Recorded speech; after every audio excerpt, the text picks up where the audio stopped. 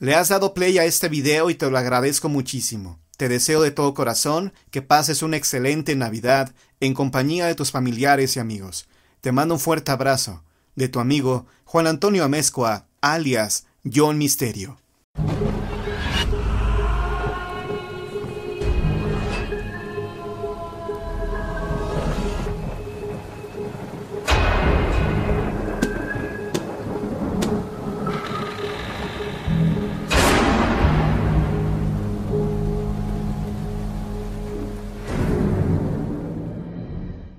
Hace ya muchos años existió en un pueblo la leyenda de una vieja que, después de confesar sus crímenes ante los oficiales de la Santa Inquisición, antes de fallecer calcinada en la hoguera, gritó una maldición a los oficiantes. Juró que regresaría para tomar venganza de la vida que le había sido robada, y al poco tiempo falleció entre terribles gritos de dolor. Mientras su única hija la esperaba impaciente en casa, los gritos de su madre llegaron a sus oídos, llevados por el furioso viento que la puso en alerta. ¡Vendrán por ti! Enseguida intuyó aquella joven que su vida se encontraba en serio peligro, pues ella sabía que su madre practicaba la brujería, y era en verdad temerario oficio para aquellos tiempos.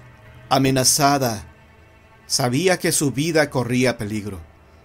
Salió de la humilde choza sabiendo que quizá no regresaría nunca a ese lugar, donde de ahora en adelante sería perseguida hasta el final de sus días.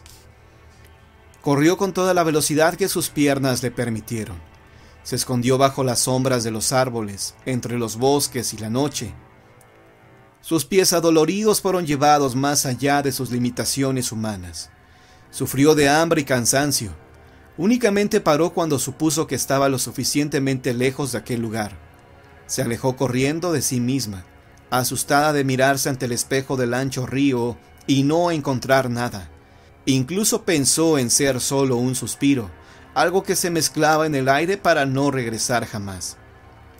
La muchacha lloró en silencio sus penas, envasadas en gotas de lluvia que se les escurrían de las manos como cristales cortantes, y se estrellaban pesadamente contra el suelo. Mirando cansada su propia existencia, vaciló por un instante y sonrió. Aún así sonrió un poco, solo un pequeño gesto doliente. A lo lejos escuchó el aullar de los perros. Por primera vez en mucho tiempo sintió miedo. Se encontró con la soledad más devastadora y se atemorizó con el más doloroso de los tormentos, desde lo más oscuro de la noche.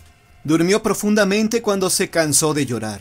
Al despertar, un impulso la hizo saltar hacia la parte más recóndita de aquel río, para no salir más que flotando enredada entre núfares gigantes a la luz del día. El señor Rodrigo Galindo tenía un trabajo desagradable, un trabajo que su padre le había legado, una funeraria, el trabajo de los difuntos, o más bien, el trabajo de lidiar con lo que la parca dejaba a su paso. Estaba cansado después de un día agotador y prefería irse a la cama y dormir un poco. Sus aposentos estaban en el piso superior de la casa funeraria. En el sótano estaba la sala mortuoria, donde los cuerpos eran recibidos y preparados para el velorio. Esta noche tenía que lidiar solo con uno de ellos.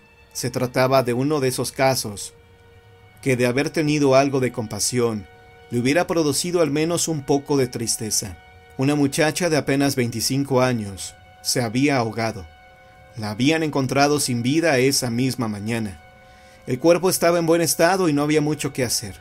Ningún familiar la había reclamado, y en el pueblo nadie había dado aviso de su pérdida. Quizá fuera una extranjera o una visitante. Así que la iglesia del pueblo había corrido con los gastos del entierro de aquella solitaria muchacha. No había más que drenar la sangre del cuerpo y maquillarlo un poco para hacerlo presentable. Quizá hacerle una sonrisa tenue, algo que hiciera pensar que dormía y no que estaba sin vida.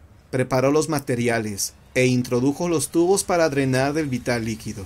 Ya que toda esta había salido, fue por un poco de fluido para embalsamar, algo que mantuviera un poco más la lozanía del cuerpo. Era muy meticuloso con lo que hacía siempre. Maquilló el cuerpo y le colocó el vestido que la caridad de alguna persona había regalado. Luego se dispuso a realizar el último paso, colocar el cuerpo en el ataúd. Fue entonces cuando se dio cuenta de algo. El ataúd que habían regalado era más pequeño que la chica. Solo quedaba una solución, y aunque era desagradable, no era más que eso, una forma de solucionar las cosas. Fue hasta uno de los gabinetes y tomó una sierra. Calculó las medidas y puso la sierra en los tobillos de la muchacha. No era la primera vez que hacía algo así. Terminado el trabajo, colocó a la muchacha en el ataúd, dejando sus pies en el fondo, como un par de juguetes olvidados. Solo la mitad de la tapa estaría abierta, así que nadie notaría lo que pasaba más abajo. Finalizado el asunto, llevó el ataúd hasta la sala de velatorios. Las lloronas, esas ancianas que la gente contrataba para que lloraran en los velorios, tendrían que estar por llegar. Llevado más por la costumbre que por la compasión, colocó unos claveles en los floreros de al lado del féretro. Estaba terminando de colocarlos cuando escuchó el ruido. Al principio pensó que era algo de la calle, alguien que había pasado corriendo, pero luego se dio cuenta de que el ruido venía de adentro, de la propia funeraria. «Ana, ¿eres tú?», preguntó el señor Galindo pensando en su esposa. Quizá las lloronas habían entrado ya. La mayoría de las veces dejaban la puerta abierta, y ellas se movían por aquel lugar como si fuera su casa, pero nadie le respondió. El señor García se quedó algunos momentos inmóvil. Quiso creer que solo había sido su imaginación, pero el ruido volvió. Definitivamente eran pasos. Pasos por la casa. ¿Habría entrado algún ladrón? «Si hay alguien ahí, le aviso que estoy armado», mintió el señor García. No tenía ninguna arma. Pero tampoco hubo respuesta. Los pasos se dirigían hacia el piso superior. Sintió que todo su cuerpo se estremecía. Algo le decía que no se trataba de un ladrón. Los pasos se detuvieron justo al llegar al primer piso, donde él vivía. El señor García supo que aunque el más absoluto horror atenazaba sus músculos, tenía que ir a ver lo que sucedía. Vacilante, se dirigió hacia la escalera. Notó que mientras más avanzaba, más fría estaba la casa, más húmeda, y aquel olor no era el olor de las flores, era una mezcla de agua de río, de plantas, de rocas. «¿Quién está ahí?», preguntó. La escalera estaba casi frente a él. Entonces hubo otro ruido, el ruido de la furia del agua. Olas, cientos de olas estrellándose contra la pared, gritos de desesperación. El señor García llegó a la escalera. Su horror no tuvo límite. Ahí arriba, en la cima, había 2 pies de mujer, blancos como la nieve, seccionados a la altura de los tobillos. «¡No! ¡No! ¡No es posible!». Instintivamente comenzó a retroceder, pero los pies bajaron por la escalera y tras ellos, un agua espesa, negra, que fue cubriendo cada uno de los escalones, primero lentamente, pero luego como un torrente, como un caudal inagotable. El señor García quiso correr, pero tropezó y cayó al suelo. Su cara se contrajo en una mueca indescriptible. Extendió su mano como queriendo detener lo inevitable, pero fue inútil.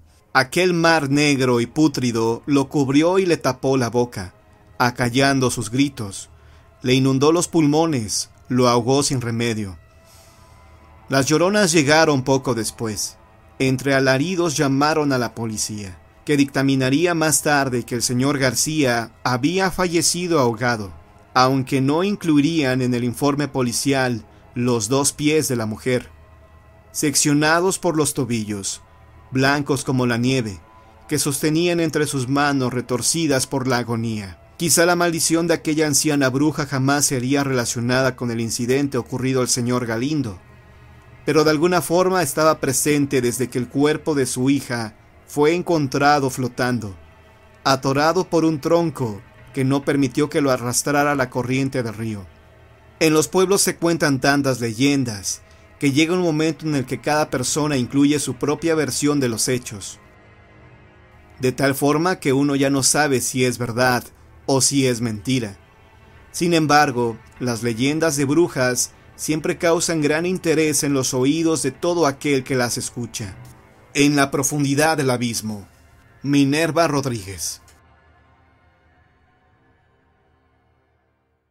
Los relatos del día de hoy han terminado, pero si quieres escuchar más historias, quédate en la permanencia voluntaria de John Misterio.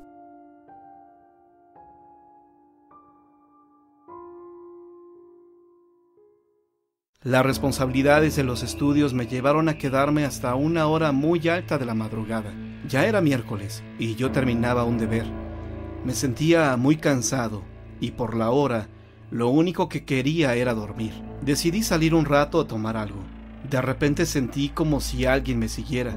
Es algo casi normal eso en mi casa, pero esta vez era más fuerte. Sentía como si alguna persona estuviera en la cocina. En mi temor de que pasara algo, tomé el vaso y subí lo más rápido que pude a mi habitación. Al poder entrar en ella, pensé que ya había acabado todo y que solo era una vez más puros ruidos, pero no fue así.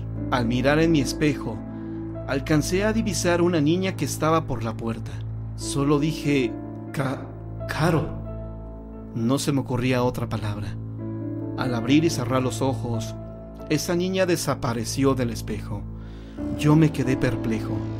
No sabía si era real lo que había visto. Al día siguiente, con mucho miedo, me levanté de mi cama. Al salir de la habitación me encontré con mi hermana, quien me preguntó, ¿qué pasó? Le conté lo que había pasado la noche anterior, y para mi sorpresa, ella había soñado con una niña, con características similares a la que yo había visto.